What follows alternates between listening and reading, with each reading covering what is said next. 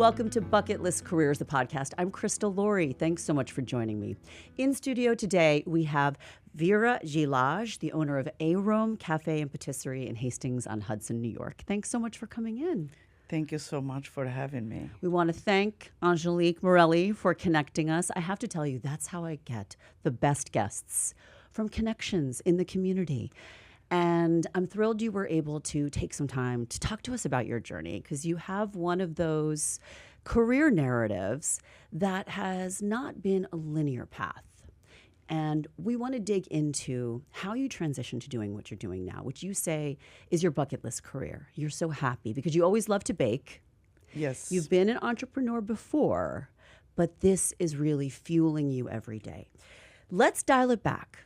You came to this country when you were just 19 years old with two young children from Albania.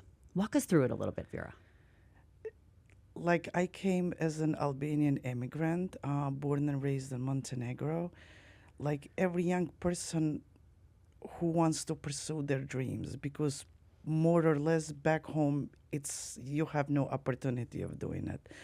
So when you come to this big, beautiful country and gives you every opportunity to do what you want to do, then you're like unstoppable. You just keep going and doing what you always want to do.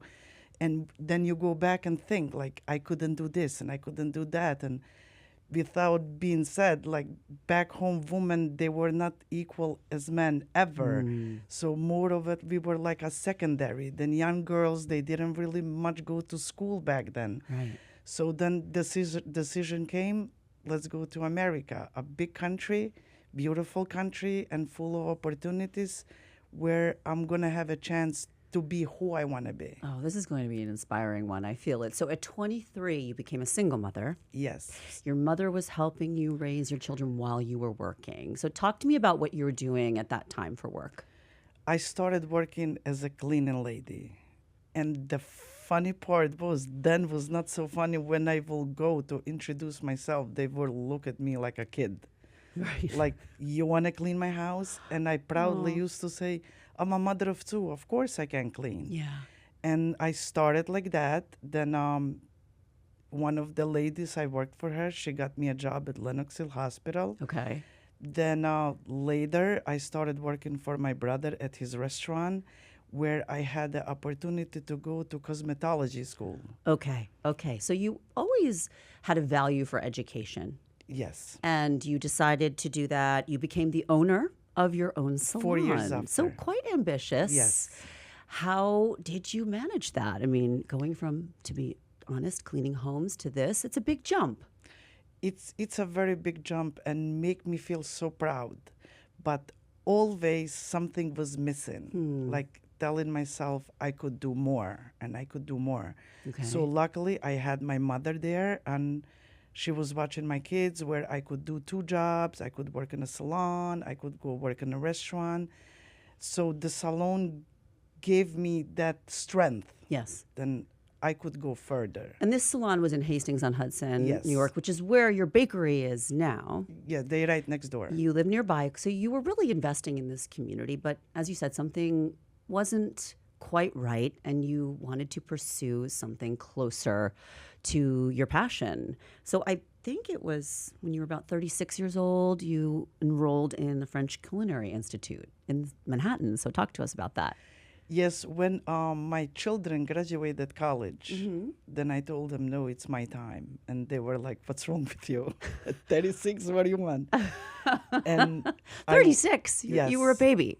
Yes. Then I went and enrolled in French culinary, where I worked daytime in a salon and nighttime I went to school. And proudly I graduated with honors. Nice, congrats. Then that gave me the knowledge, like pretty much basics. Then luckily I became co-owner actually, and a pastry chef, one of the most iconic restaurants in New York, called One If by Land, Two by Sea. Oh, I've been there. It's beautiful. Yes. It is iconic. Yes, and where I worked there for 10 years. Okay. With your Then brother, so you had. yes, yes, we Wait, had are it you with my crying brother. a little bit? Yeah, I a little see you bit. tearing. Because this it's touchy. these are tears of joy. Yes, Yes. of course. Okay. I love that Yes. we're sharing this. Then after that, I still said I really want to build something from scratch. I want to build something my own taste, my own vision. Then since I was in Hastings for over 20 years, I said this is where I want to be. Okay. I felt like community, it's great, town, it's good. I built so many friendships and relationships over the years. Yeah. You know, like hairdressers, Of we course. become very close There's a with lot of clients. networking Yes. involved in that. Sure. Yes, we create like a strong bond, like with Angelique, like that's how everything started. Then I decided to open up my own. It took me quite a while with everything going on, construction and everything, but year and a half after, I made it happen. No, we're talking about Arome now. Arome. Okay. So Arome, it's something like every business pretty much was established before I got there. So it was much easier ride to do. Yeah. Arome was a little bit harder, Yeah, little you were bit starting this from challenging. scratch. You start from scratch, but I said I really want to take a risk because it's part of me. Yeah. And if I don't do it, I know I'm going to regret. So and it just happened like that, and it works well, and I am super happy. It is easy. It's not. It is not easy, There right? are- Let's not pretend no. or sugarcoat what No. it takes to start your own business. And this is the first time you did it without a partner. Yes. What was by the myself. toughest, obstacle that you had to overcome to do this, Vera? There were many. There were many of those, like coming to America, not speaking any English. I was not American yet. Having two small kids, Yeah. being a single mother. It's just like when you see your kids and when you see what you can do, it really gives you the strength. And you say, I am not going to stop here. And I know I can go further. And I know I can do it. And you chose Hastings-on-Hudson because you wanted to stay in this community. And before we Yes. started recording, you were telling me how much you love it there. But you say it's really about the people. I mean, it's a beautiful, I think it's on the river, yes, on the west side of Westchester County. But beyond just the geography, the people you've really connected with. Yes. And you say every day they come in, sometimes more than one who's a regular. And you say that gives you a lot of joy. It gives me joy. It gives me, like, when they walk in and they say, Vera, thank you for being here. Thank you for being here for us. It's not easy to wake up like 4 or 5 in the morning and be on your feet all day and creating all these things. That gives me joy. That gives me happiness. Being a chef, it's not only that recipe. It's more to it. It's the discipline. It's the passion. It's how far you can push yourself. It's seeing people happy, gathering people together. You talk to them. You get to know them much better. So it's not only, I have this bakery, I make these pastries, they come in and buying it. Yeah. It's more behind It's it. more than that. How are you marketing and how are you doing what you can to stand out as a bakery? I do, more, it's Instagram and Facebook, but most of it so far for me, it worked word of mouth. Word of mouth, people recommend friends. I make sure they are super satisfied. That's always my goal. It's like everything that I make, a minimum has at least 7 recipes in it. I like to make it different. I will never say better than others or worse than Yes. others, but different. Well, you're humble. Would you say you've brought a lot of recipes from Albania? You said you grew up in Montenegro, actually. I grew up in Montenegro. I was lucky because I trained, I would say, with top chefs in the world. Yes. I at the French traveled a Culinary lot. Institute, of course. I traveled a lot. After I finished school, even after I became professional, I still attended classes such Dubai, Milano, Oh, wow. Paris, Amsterdam, Germany, you name it. I followed top chefs. I worked with them. And everyone will tell you all what you need to learn the technique. Technique is the key. That's because recipe, you can even get it online now. You just go read it. It's going to give you a recipe. But I like to be the original. I don't like blueprints. So everything I make it from scratch and my own taste and my own way. So far, it worked well. I can tell that it's successful for you. And the way you speak about your business is with warmth and love. And I think that probably shines through to your customers. You said you wanted to do this podcast with me because you wanted to share with others who are out there maybe struggling, or maybe they have an idea, but they haven't pulled the trigger, they haven't gotten past whatever it is that's holding them back. You wanted to share your story of resilience, that you have to keep trying. So what are your nuggets of wisdom for, let's say, the young Vera out there who just came to this country and wants to achieve the kind of success that you have? I would say to everyone, because nobody's life is perfect.